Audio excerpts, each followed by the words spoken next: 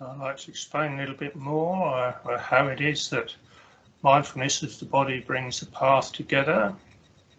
So I look back at the suttas at two kinds of mindfulness, two aspects of mindfulness, two kinds of sati, mundane and supramundane. And the mundane sati is the sati which is aware of good and evil, our conscience, I might say.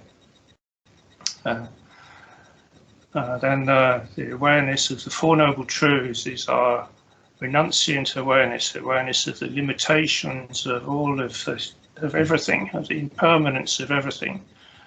This is our supramundane mindfulness that sees anicca, dukkha, anatta, impermanence, unsatisfactoriness, and not self, nature of all conditioned phenomena.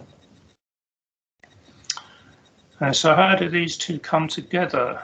And this is a very important thing to answer, because it can seem like there are two paths, the paths of doing good and the path of renunciation.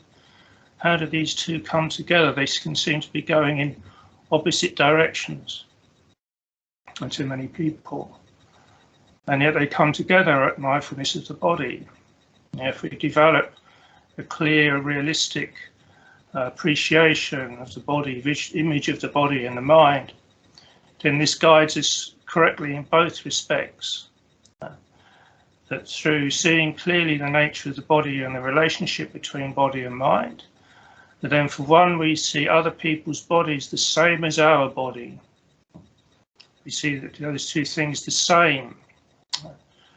And so this leads to a natural morality. So we wouldn't want to harm somebody else's body, just as we wouldn't want to have harm inflicted on our own body. So all the basis of morality is there in seeing the reality of the body and the reality of the mind in relation to the body. Seeing the body in an impersonal way, like somebody else's body. And you see somebody else's body like your body. In the same moment, same perception. So you have the same caring for other people as you would have for yourself. So there's a basis there for a very easeful, natural compassion and morality. And then on the other side, to see the impermanent nature of the body gives us a different perspective, cools us down also. In regards to the body and the sensual nature of the body. So we'll not have the same kind of worldly priorities as previously. We'll see the impermanent nature of the body and we'll cool down over the whole world of the body, sensual world of the body. So these two things can come together when the practice goes deep enough, and yet we all have our own place and pace in this. So it'll go as deep as it'll go, depending on what kind of awareness we develop. It can be just that we develop simple awareness of sitting, standing, walking, lying down, composing ourselves, having composed and controlled movement and behaviour. This can already be very pleasant, isn't it? The ability to calm the mind by watching the breath is another benefit that we can get straight away from having a more enhanced awareness of the body. We connect more fully with the breath. I find that very pleasant just in itself, just watching the breath. If we have this kind of awareness, then it can deepen and deepen as we continue, and the mind goes deeper and deeper into the body. It sees more and more of the truth of the body. And this will happen in a very natural way. We don't have to imagine.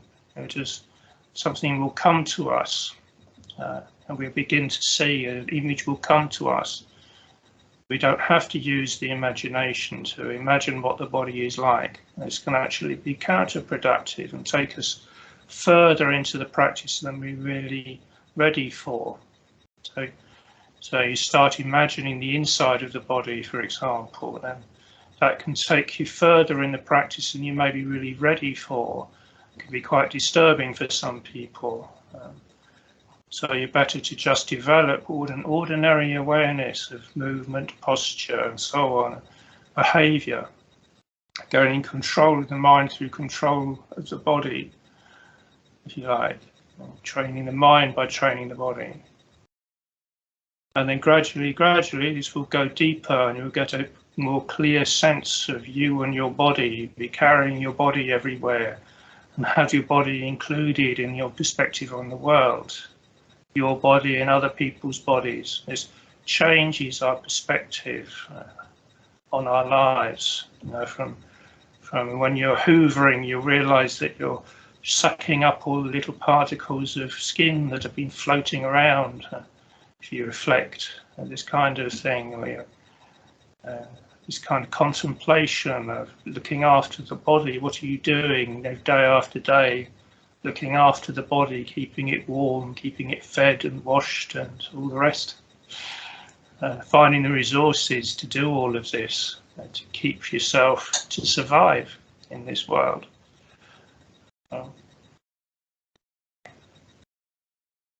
I remember Lord Liam once at Amaravati, he gave a talk to some 6-year-old children who came to the monastery. The teacher was there and the translator was there, and Lord Liam said to the 6-year-old children, well, what your job in life is to learn how to survive. The 6-year-old children he was talking to. So you have to learn how to survive. And you have to learn how to look after every little cell in your body. A lovely thing to say. But the teacher rather melted at that point.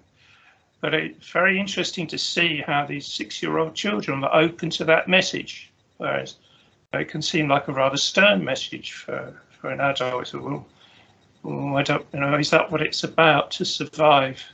Or, you know, I don't want to think about that kind of edge of life. 6-year-old children seem to be actually rather open to the idea of learning to survive, like it was a bit of an adventure or something like this. It's the same, interestingly enough, when we went, a whole group of monks went to an autopsy in Bangkok, which is a very confronting experience, kind of at the cutting edge or the ultimate body contemplation, is to go walking into an autopsy. And I went with a few Thai, mostly Thais, and we took 2 Samaneras, so about 11 and 12 years old. And before we walked in, I was just thinking, well, is this right, actually, to take them into this situation? You know, this is not an easy thing. Actually, we walked in there and the kids were just, wow, look at that. That's amazing. So they lightened up the whole experience for all of us. So often the way forward, you know, with this kind of practice is to be as childlike about it as possible. If it gets like that, you know, your mind gets lighter and lighter on this one, then you're definitely going in the right direction. This is where it takes us to end up being lighter and lighter about the body on one hand, and yet also very compassionate and caring about it on the other. Both of those together. Natural result is seeing it clearly, seeing the mind within, seeing the body within the mind, within this bright mind, impersonally, seeing the mind as something that is on one hand separate from and transcendent from the body in this way. This brightness is beyond being affected by the body.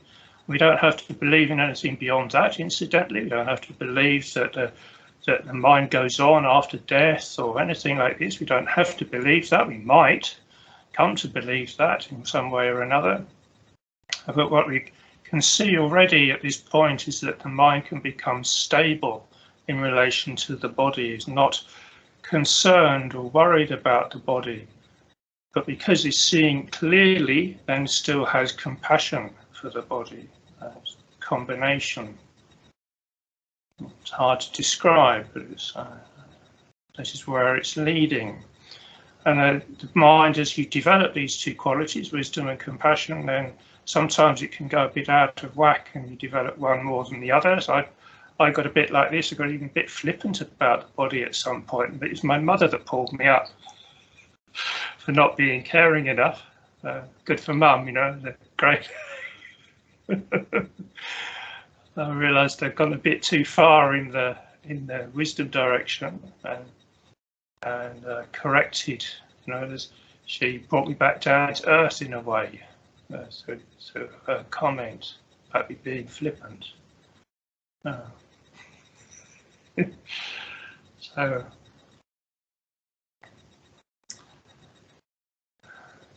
So this is how I would describe the way that the path comes together all into a single place through Sati and then leading into Samadhi.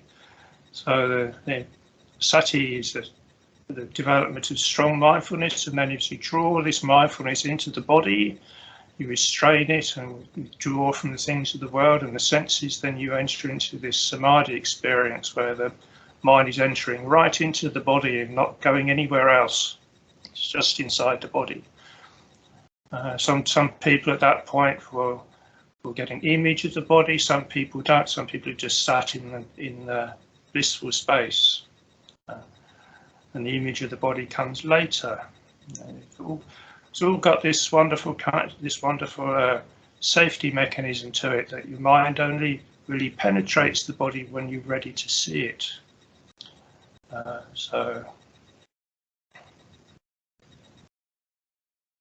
you have to open to it. Your mind has to open to that experience, that seeing.